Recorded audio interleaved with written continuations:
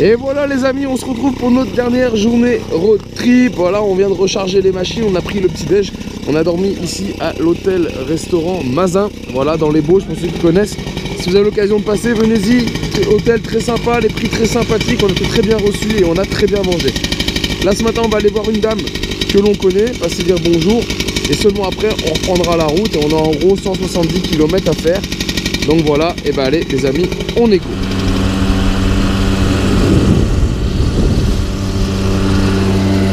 Et donc voilà les amis, on est reparti, on fait 10 km un peu en marche arrière pour aller voir cette dame que vous connaissez, que Vince connaît.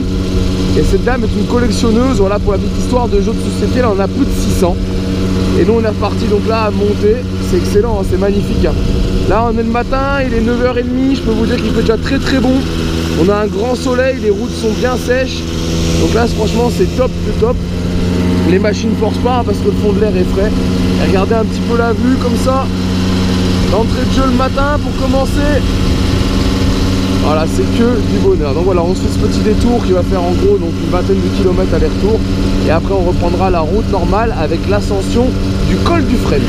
Allez, ça y est, fini la discussion. Et là on reprend la route à l'ascension du col du Frêne les amis. Donc là c'est de la grosse départementale hein, clairement. On vient de sortir des petits virolons, on est tout passé par derrière. Et une fois qu'on arrive au village qu'on appelle École, et là on est sur la départementale très roulante. Je pense qu'on va avoir beaucoup de monde. Donc là c'est gaz à fond, je suis un petit peu plus de 60 compteurs. Et après on va attaquer la montée. Et nous y voilà les amis, les quelques lacets avant l'arrivée au col du Frêne. Un tout petit enchaînement de 5-6 lacets et on sera au sommet les amis. Là ça roule tout seul, hein. C'est vraiment des cols qui se font très bien, qui sont très roulants, donc sans souci. Et voilà, c'est fait les amis, le petit col du Frêne à 950 mètres, il est monté et il a été stické. Voilà la preuve que l'on est passé en souvenir. Et donc là une petite pause pipi et on repart à la descente. Je profite d'être arrêté pour faire un petit point vidéo. J'ai regardé hier soir les pourcentages, la topo du col, de la côte du col du Grand Colombier. Il y a 4 passages possibles et on a pris le plus raide. Et je disais donc 14,8 de montée. En fait c'est faux, ce que j'ai vu sur les panneaux c'était une moyenne sur le dernier kilomètre. Mais en fait le mur vraiment qui a séché les 3 machines est un mur qui affichait un peu plus de 22 degrés de pourcentage de pente montante. Donc c'est assez ouf et voilà pourquoi ça séchait les machines. Il y avait pas 14 mais bien 22%. Allez les amis, pour plaisir on se retrouve sur une petite caméra embarquée à la descente du col du Frêne. J'avais pris le harnais, je m'en étais pas servi, j'ai dû penser. Donc voilà, comme ça je vais pouvoir filmer un petit bout de la descente tranquillement. Il y a Vince qui est devant, John qui est déjà parti.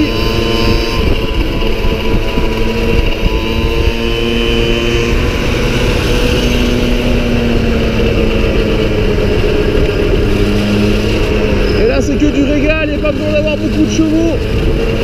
Ça s'enchaîne.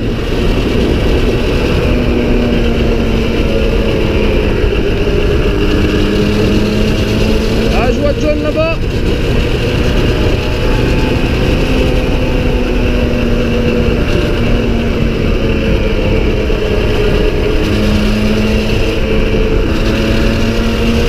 Ah là là, que c'est bon, que c'est bon.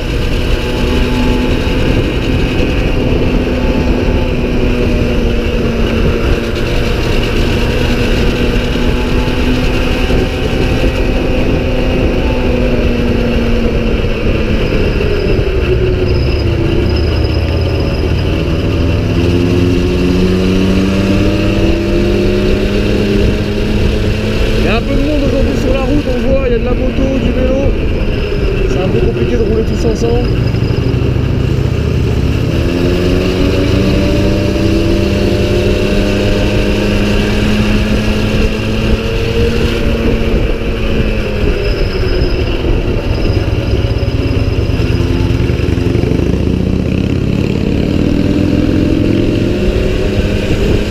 Ça c'est une route qu'on est habitué à faire les amis. On n'est pas loin de la maison. Là c'est quelque chose en moto que j'ai souvent fait. C'est un vrai régal. Cette année par exemple c'est une route que j'ai montée le 7 janvier. Il faisait moins 6 degrés avec la moto. Et j'étais venu faire les Vosges en montant justement par le col du Frêne. Parce que la route elle est bonne, elle est franchement bonne.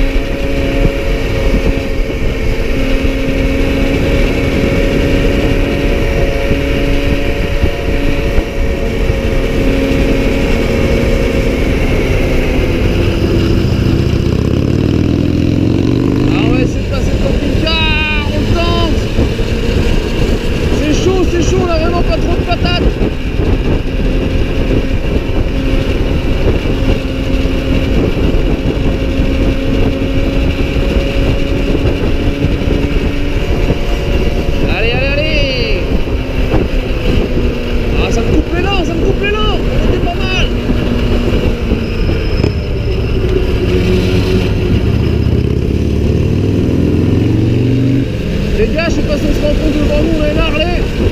Et l'Harley nous ralentit clairement, elle nous coupe notre élan. On pourrait aller un chou plus vite si elle n'était pas là. Après, bien sûr, en ligne droite, elle a beaucoup plus de patates que nous.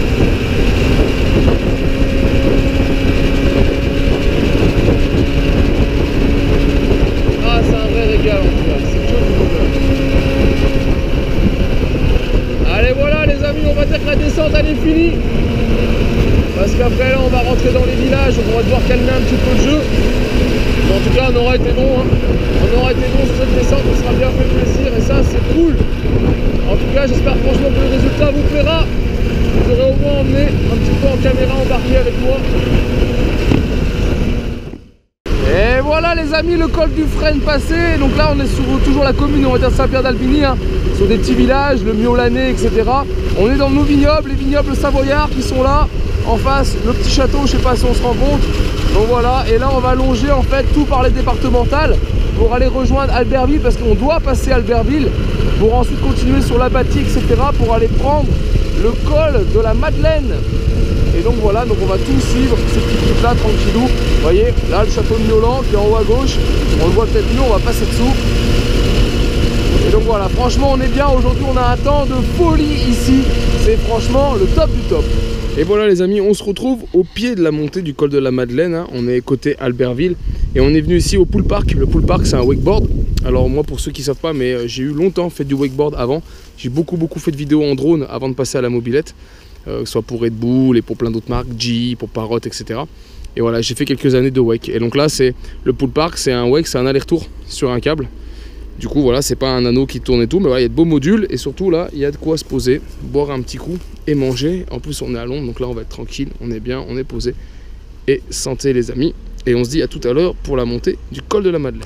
Et voilà, on est servi, un petit menu à 15 balles avec boisson. Regardez un peu la taille du burger. Ouais, on est bien, on est pas mal les amis. Bien? Bien? Doucement. Ah, ma pincée le doigt elle. Ah, monte sur Vince. Ah, monte sur Vince. Non. Viens. Non. Non. Comment tu vas faire? Hop, allez. Sur Vince. Fais un bisou, Vince. Doucement. Tiens, doucement. Voilà. Le poulet. Allez, va. Allez. Non, non. Repas terminé, on attaque directement dans le vif du sujet avec 26 km de montée pour atteindre le sommet du col de la Madeleine. Donc voilà, on est resté un petit moment là où on mangeait parce qu'on a discuté avec pas mal de gars. Du coup voilà, des mecs passionnés de moto et aussi un peu fans de mobilette. Voilà, ça fait l'occasion d'échanger. Et là moi je suis parti tranquille, allez, sur un petit 30-35 compteur. Et j'ai 24-25 km à faire comme ça. Ah, il y a Vince qui passe. Voilà. Allez, on se retrouve en haut les amis. Regardez-moi ça, si c'est pas magnifique. On est à 8 km du sommet. Moi je continue à monter tranquillement. J'ai redoublé Vince. Il y a eu un petit moment de replat avec un enchaînement de virages. Même à la montée où je suis un petit peu plus à l'aise que Vince, donc j'ai pu repasser devant. Et Vince doit être quelques centaines de mètres derrière moi.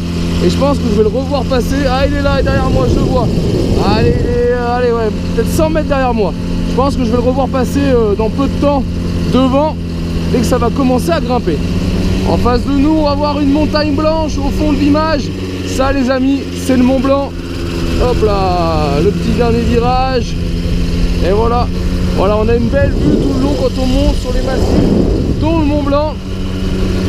Et regardez, c'est à la santé le Carbut 12. On est entre 35 et 40 km/h, vous voyez, pas mis un coup de pédale.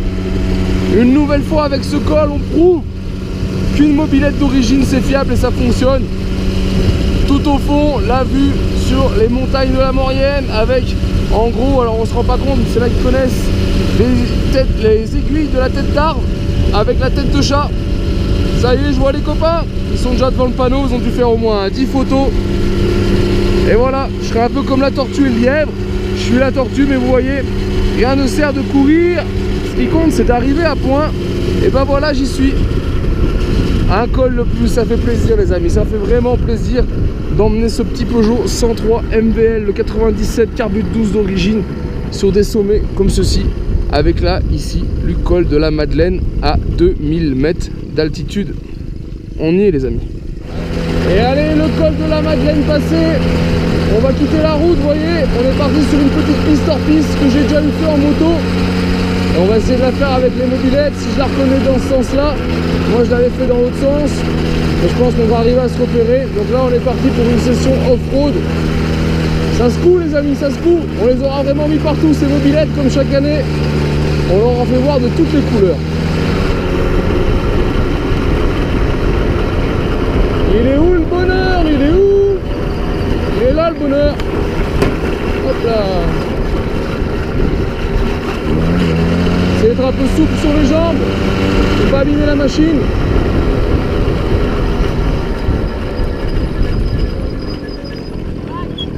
Hein? Non. C'est lac du Loup. Vous voyez, on a beau être en altitude, même dans les chemins, les mobylettes ont la santé, ça roule. Alors moi je fais gaffe parce que j'ai des jantes à rayons, des jantes à bâton pardon, en alu.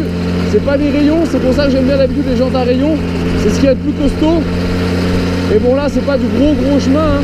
C'est jouable en faisant attention, on ne va arriver à rien casser.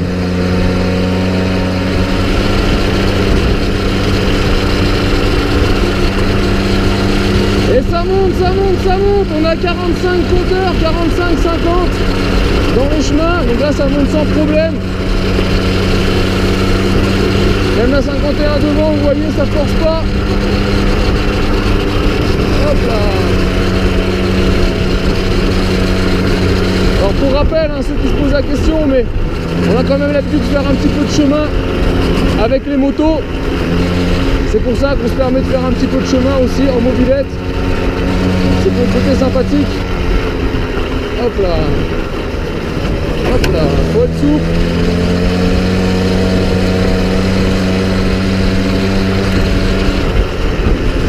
Ça, c'est un road trip qu'on va terminer en beauté. La classe. Et ça continue encore et encore. Donc là, moi, j'avais relevé le compteur. Ça fait déjà 7 km qu'on fait de la piste. Alors là je vais tranquille et je reste assis de façon à vous améliorer la qualité de l'image, parce que j'ai peur debout, comme le véhicule n'est pas adéquat, de plutôt filmer mes pieds. Je viens d'y penser.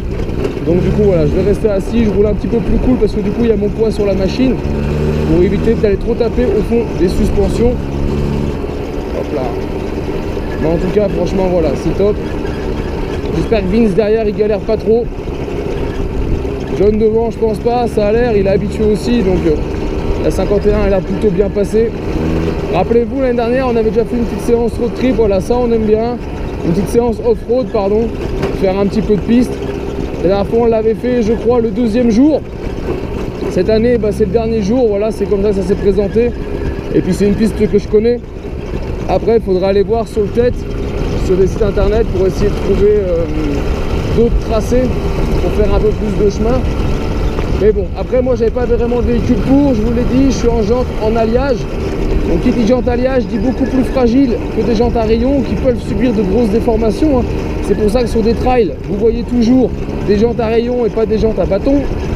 Donc ce que je ferai c'est quand on arrivera en bas, même que j'étais doucement, mais des fois on entend taper, je vais quand même checker mes bâtons pour voir si des fois il n'y a pas eu un problème ou une fissure ou n'importe quoi.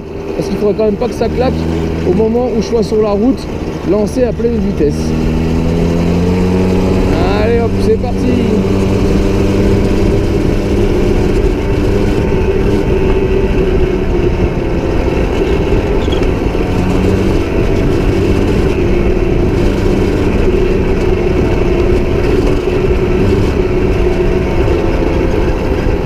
Et nous voilà de retour sur une partie route qui ne l'était pas avant. Et regardez, ici, vous avez le lac devant vous, ce qu'on appelle le lac du Loup. Et juste après, on ressortira sur la commune de Montémont.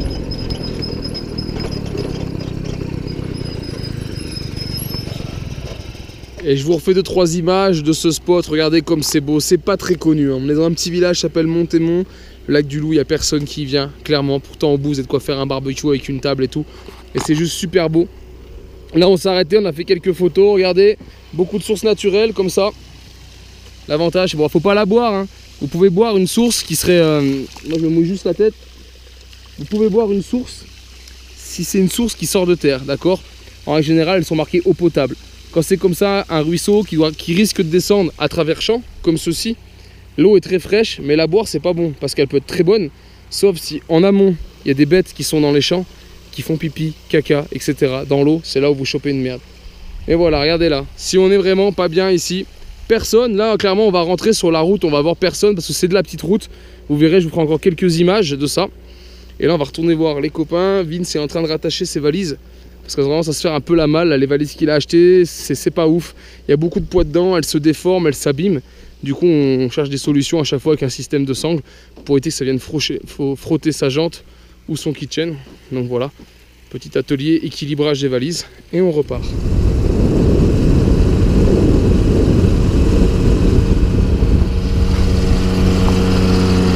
Et voilà les amis, la dernière ascension de la journée, hein.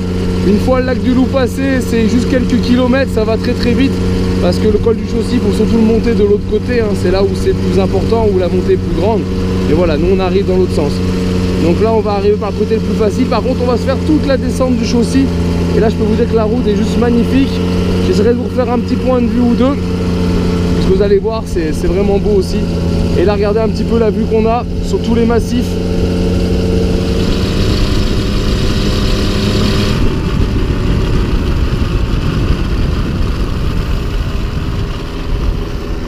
Voilà les amis, on y est. Le col du Chaussy à 1533 mètres. Voilà, ça c'est check. Et on va aller poser le petit sticker souvenir avec Vince. Et nous voilà repartis. Regardez, haute versant, autre vue, haute montagne. Et là une route qui est magnifique. Si vous avez l'occasion de faire le col du Chaussy, moi je vous invite fortement à le faire. Parce que la route est dans un état plus que parfait. Franchement elle est nickel.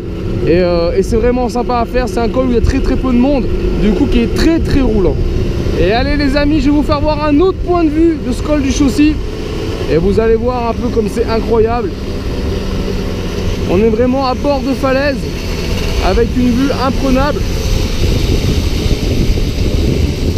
Et nous juste collés sous la falaise comme ça.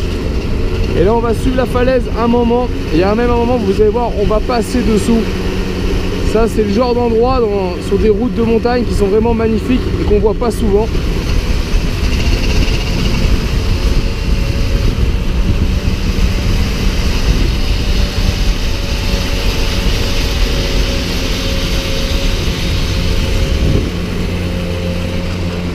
Et voilà les amis, on se retrouve pour un dernier plan de vue pour cette vidéo d'aujourd'hui.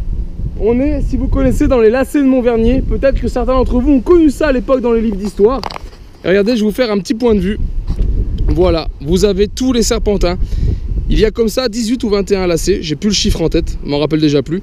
Mais donc voilà, c'est tous des lacets qui vont descendre ici jusqu'en bas au village de Pont-à-Mafré. Et après nous, on rentrera par la départementale. Voilà pourquoi je vais arrêter ma vidéo ici.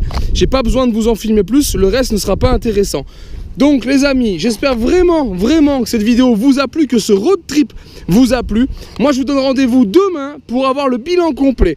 État de la machine, usure, ce qui a été cassé ou non, nombre de kilomètres, dénivelé, essence, ce qu'on a sorti en argent. Je vais tout vous expliquer. Et là les copains qui passent, Vince et John qui m'ont accompagné cette année encore une nouvelle fois dans ce road trip que j'avais organisé. Et franchement c'est que du plaisir, c'est vraiment que du bonheur. On va les voir passer en dessous je pense, le temps qu'ils passent le caillou. Donc voilà, j'espère vraiment que ça vous a plu. S'il y en a qui ne reconnaissent pas la route, je l'avais aussi utilisé cette route dans une partie de mon clip 100% mobilette musique. Vous aviez pu me voir des images où je suis en Solex sur cette route là. Et ben voilà, ça avait été tourné ici à l'époque. Allez les amis, je vais donc vous laisser là pour aujourd'hui. J'espère vraiment que ça vous a plu. Si c'est le cas, je vous invite à partager et liker la vidéo. Et on se retrouve en attendant sur ma chaîne 100% mobilette Youngtimer pour d'autres vidéos, tutos et présentations. Et en attendant, ciao ciao.